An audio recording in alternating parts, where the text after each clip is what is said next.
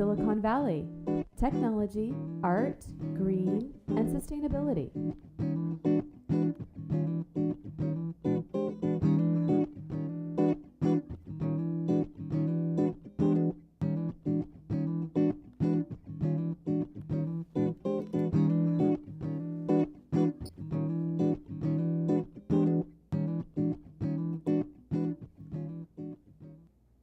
Welcome to Silicon Valley Tech, Art, Green, and Sustainability, and today I'm honored to have a guest with me who is the founder of EcoTuesday, Nikki Pava. Welcome.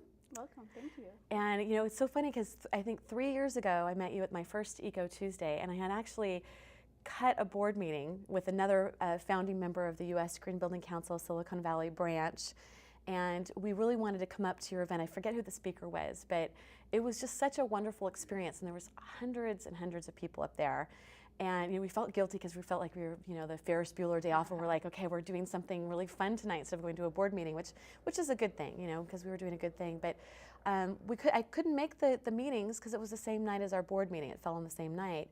But then as soon as I, you know, stopped my 3 years on that board, I've been going now. And your new place is the Actera in Palo Alto down here in the South Bay. So I'm looking forward to going to more of those. So tell us a little bit about yourself, Nikki. Well, first of all, thanks for inviting me on the show. It's really great to be here after so many years of knowing each other. Yeah. And yeah, a little background about me. So I have a long, deep-seated interest in sustainability and green causes. I was born on Earth Day, which I think is a pretty fun day to have a birthday. I forgot about that. I remember you saying that. Yeah, so pretty fun day to celebrate all around. And so I think I was just already pre-programmed to have this type of mentality from the get-go. I was born, I grew up in Seattle, did most of my formative years in Seattle, and we had recycling, curbside recycling from the get-go. So it wasn't, I didn't have to have a behavioral change where I think a lot of people did later on. That was just a part of our life. So Seattle was kind of one of the forefronts of recycling. It was with a lot of these green types of initiatives for people's homes. And so I had that. And then I also spent a lot of time in nature, spent a lot of time in the water and in the mountains. And so I just have always cared about our natural habitat. Seattle's a great place to do that, right? It's water so beautiful. And nature. It's so beautiful, yeah. It's all around you. So that's kind of my early years. I went to school, at the University of Oregon and studied journalism, and that was a really I didn't know that. Yeah, it was a great experience. I loved having spent time in Eugene. And then after that, I moved to Los Angeles and helped start the communications department at the American Film Institute. And was there for a few years and worked on their 100 Years, 100 Movies, the big first campaign that they did of that series. And that was a really great. I remember you saying that. So interesting. It was a huge project, right? It was a big project. Yeah. It was a big project that spurred all of the other 100 Years, 100 insert name here lists that they've done over the many years. And was there for a few years, and then decided, and then San Francisco was calling me, the Bay Area was calling me, and the whole .com time was taking place then. So I moved up to the Bay Area and had a really great job at a .com company as a marketing manager. And after a while, our company was acquired, and I had the opportunity to go and work for another company called the Japan Times newspaper. They're based in Tokyo. But I traveled to different countries all over the world. So do you speak Japanese? I don't speak Japanese. Okay. Unfortunately, I didn't even spend any time in Japan. I flew through the airport and I was there for a few hours once. You had a coffee there and left. Pretty much. That's pretty much it. But I lived in Germany and Thailand and Dubai and the UAE. Oh right, the Dubai. I remember you. That's fascinating. It's a totally fascinating place. Yeah. Lived in those places. Did my work there for a year, and then came back and had a few corporate jobs. And then after a while, I started a graduate program at the Presidio School of Management. Yeah, so that's the MBA in sustainability? Exactly. Is that the right title for it? Yeah, MBA in Sustainable Management. And right. Was that 2006 or 2005? When did you? I started that in 2006 and graduated. Was that one of the first years they had that, or? They had been around for a few years, okay. So I mean, it was definitely a startup at that time, and so I think my class was very instrumental in helping create some curriculum for the future. So you had Hunter Levins as one of your professors, probably, exactly. and lots of famous people in the industry. Oh, absolutely. It was just so great to have guest lectures every month, and then read about what they did with the UN that they spoke, when they spoke at the UN around that time. So we got to really get firsthand perspectives on what was really going on out there in sustainability. So you're overseas. Is that how you decided to start the EcoTuesday, or was the MBA? How did you decide? What's the background then? How did you decide to start EcoTuesday? Well, I got into sustainability overall and decided to chart my course toward sustainability and go toward the Presidio when I was overseas, because my job there was to interview the CEOs and the managing directors of some of the biggest companies in each of the countries I was in. So we would go into a city, stay there for about 4 months, and interview 100 of these people.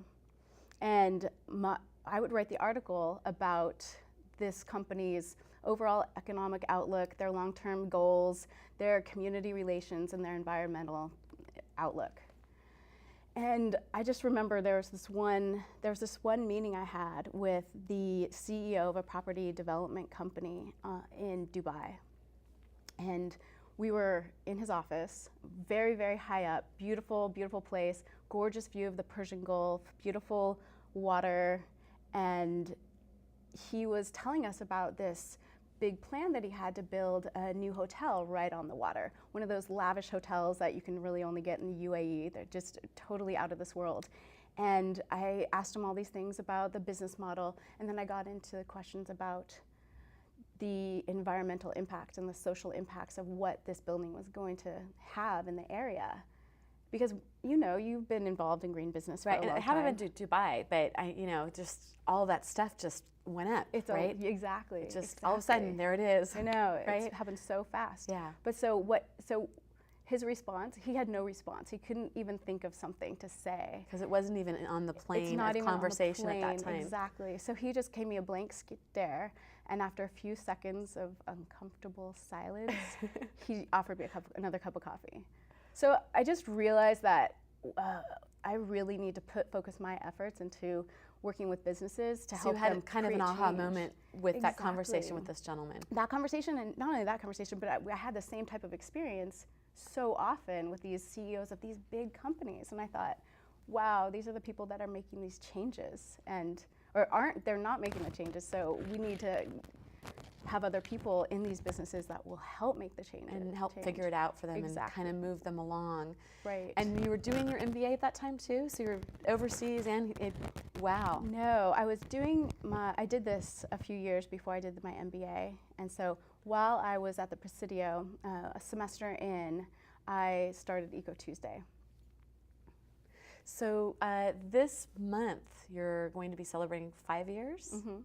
And so congratulations. Thank you. How does that feel? Thank you. It feels great. Well, you've been to an EcoTuesday, so you know all about the structure and everything like that. Yeah, well, tell the audience a little bit about it. And actually, let's pull up a first slide here too, because there's a great slide of you. And I don't know if is this one of the first ones that you did, or is this? This looks like it's a while ago. Yeah, so this is a great picture of you. Oh, and thanks. Let's pull that down. So, I've been to several of them, and it seems like, San Francisco's a little bit bigger than the one down here, and I'm hoping to see the one down here grow as much as San Francisco, and love to put that on our meetups, our meetup site to let people know, and Twitter about it a little bit. So tell us about the structure a little bit, because I don't think everybody knows, and they should, but. Right.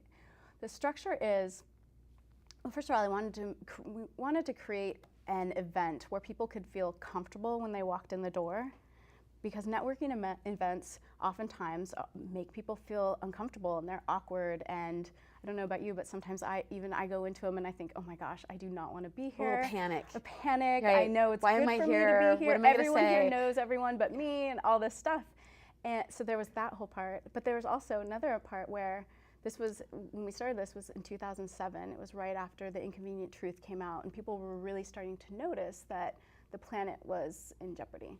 And so we needed more events. I wanted to create an event where professionals can come together to meet each other, to collaborate and create products and services. To talk about the issues, to talk about what greenwashing is, and the inconvenient truth and the whole climate thing that was just being brought to our attention. Right.